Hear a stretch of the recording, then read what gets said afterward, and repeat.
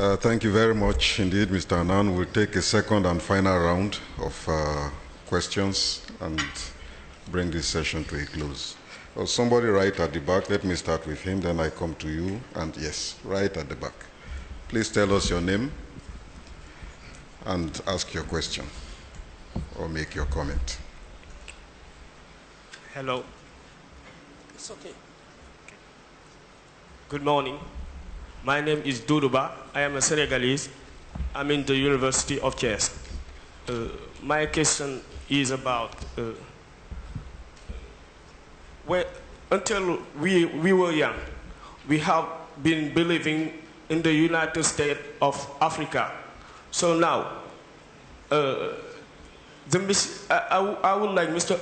Annan gives to the young generation if they have really the right to until keep on believing in this United States of Africa. What is the message to the young generation that do really believe in this in this unity? Thank you.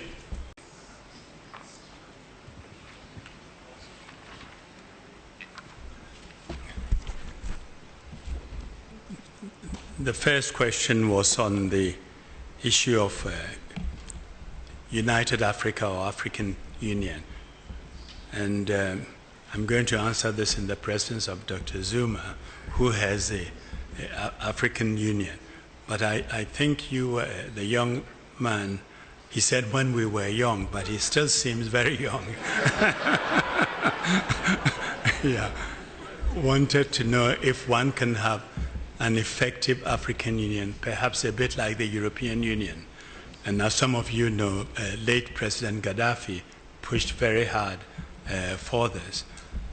Objectively speaking, I think that is going to be extremely difficult. European Union started with 6 countries and is today 28. And they started in much better conditions than we have in Africa today to try and create an African Union with over 50 states, with different economic levels of development, and have a type of European Union system or an African project similar to the European is going to take a long, long time. I obviously, not thinking of myself, I would not see it if it happens. You may see it, but I really think the better way to go is really cooperate at the sub-regional level as we are doing. If we have 4 or 5 regions effectively working together and trying to cooperate on some of the major issues which are hampering African economic development.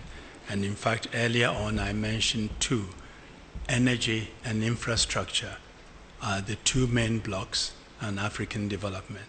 If we can really develop our infrastructure, link up our rail and road systems, improve intra-African trade. If we were able to do that, intra-African trade in south of the Sahara alone could be increased by 250 to 300 billion over 10 years. If we can have electricity resolved and link up our grids and make sure everybody has electricity and we don't have the power outages we have. If you're a businessman and for 100 days you don't have electricity, how do you assure your clients that you will give them steady supply and your business will flourish? It doesn't. When people have to travel miles to get water, so if we can work at the sub-regional level, develop our infrastructure, our electricity, and cooperate and improve intra-African trade, I think we would be moving in the right direction. But honestly, I do not see a united African project along the lines of the European Union, as some of us often wish for, but we can improve trade and cooperation. The other